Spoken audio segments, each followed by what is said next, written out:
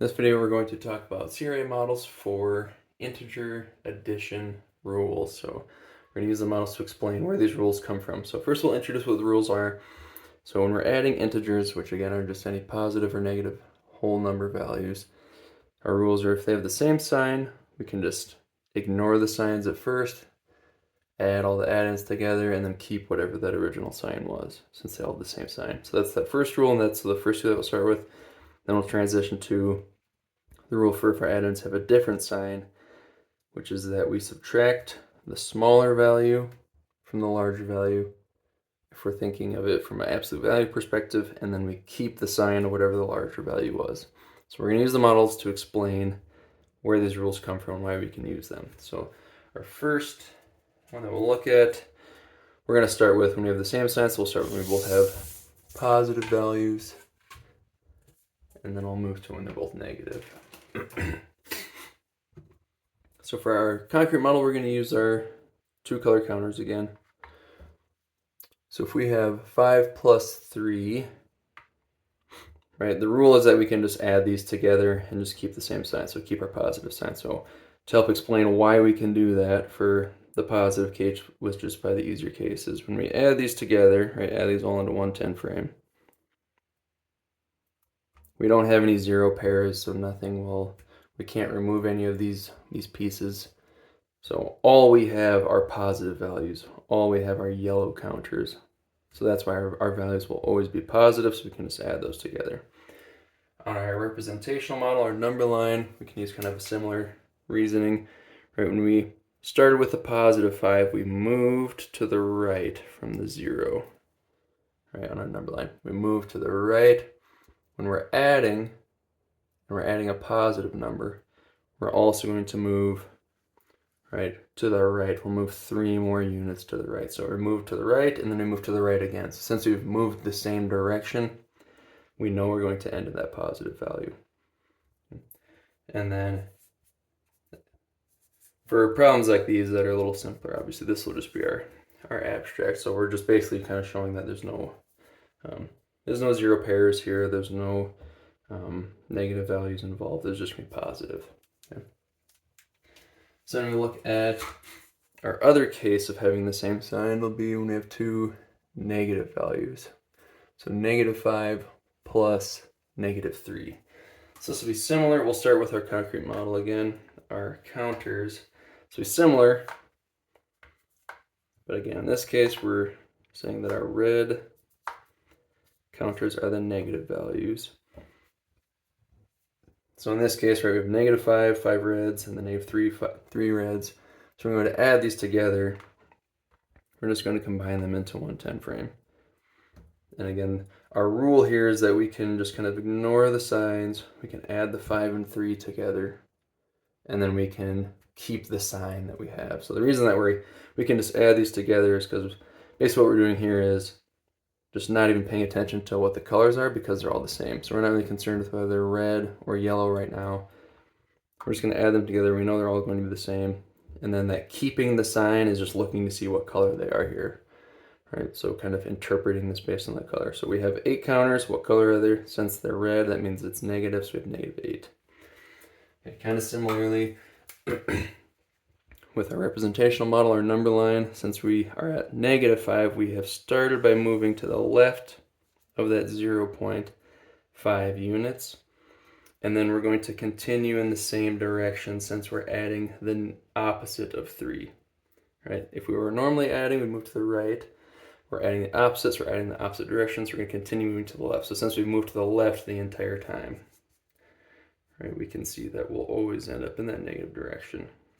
Okay, and then our abstract model for this again would just be -5 plus -3 equals -8. All right, so now we're gonna shift to the case where we have different signs, and our rules for this is we're gonna subtract the smaller value just from that absolute value perspective. So just whatever has the fewest counters, the fewest objects, again, regardless of sign, we're going to subtract that from the larger amount, and then we're going to keep the sign of the larger one. Okay. So the example that we'll start out with will be 5 plus -3. So we'll use our counters again. So we'll have 5 yellows.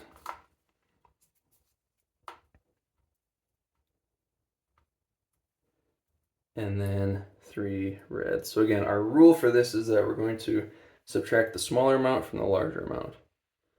Okay, again, we're not really paying attention to the signs right now as far as the actual magnitude or actual value of these. We're just looking at the magnitude. So which has more counters, so 5 has more. So we're going to subtract 3 from this, right? And why we're able to do this, again, why we're going to be able to just subtract 3 and we're going to keep the sign of the 5 is because since this has more counters, that 5 has more counters, when we're subtracting 3, what we're doing is we're creating these 0 pairs. That's why we're able to subtract 3 from the 5. Okay, so we're able to subtract this because these would all pair up to be equal to 0. Right. And then again, the reason that we're keeping the sign of that larger value, of that 5, is because we'll have extra 5s left over, or extra yellow counters left over from that 5. Okay. So that's our concrete model. A representational model.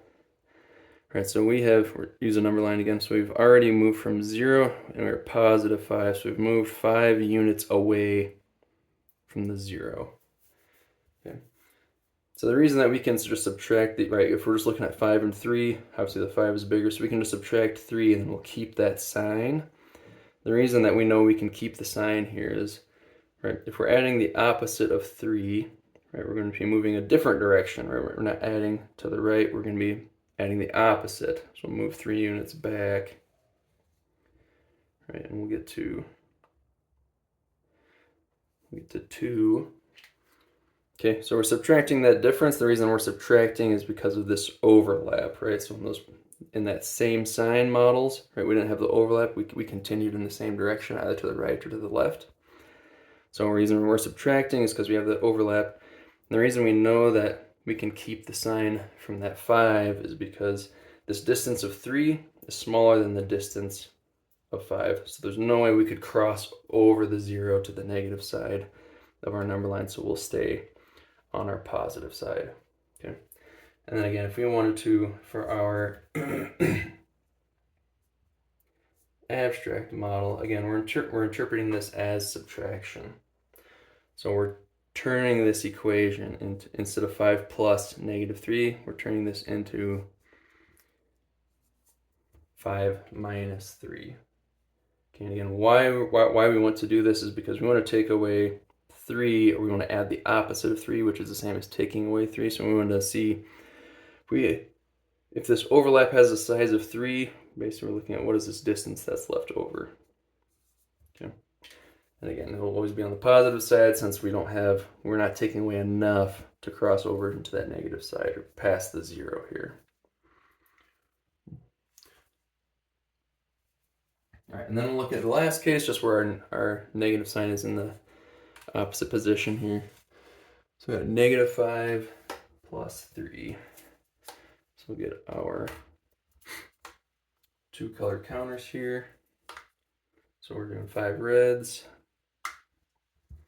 and 3 yellows. So negative 5 and positive 3. So again, we're looking at which is the larger value just from a magnitude perspective or an absolute value perspective. So another way you can think of this, especially in the representational models, which of these is further away from 0 on the number line, which is furthest from 0. So negative 5 is going to be further away from 0. So from the absolute value perspective or magnitude perspective, this is the sign that we want to keep, is a negative 5.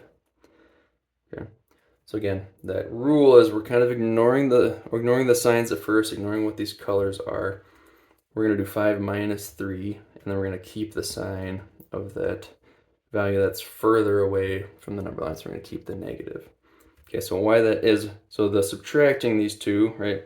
So 5 and 3, so we're going to subtract 3 from that 5, right? And the reason we can subtract this because those are going to be those 0 pairs. Right, so those would, we get rid of that positive 3. And then the reason that we're keeping the sign from the negative 5 is because the pieces that we have left over, those counters we have remaining, are going to be red. They're going to be negative. Okay, so then we can see that our answer is negative 2. So then on our number line, again, we're starting at 0. We've moved 5 units to the left to start. So again, the reason that we can think of this as 5 minus 3 is because we're at -5. We want to add 3. So again, we're moving kind of against the direction we've already moved. We're going to move 3 units to the right since we're adding. We're not adding the opposite, we're just adding. Right? So we want to see what is that difference between those two. So that's, if we're looking for the difference, that's when we want to subtract. Okay.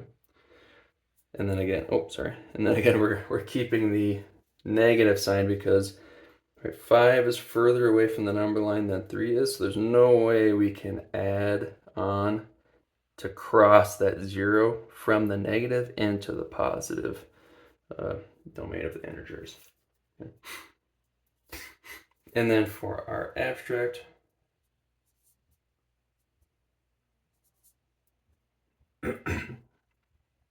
right, so essentially what we're doing, we might not necessarily write this out in this abstract way, especially for a question that's maybe not quite as complex as some of the others that we might see.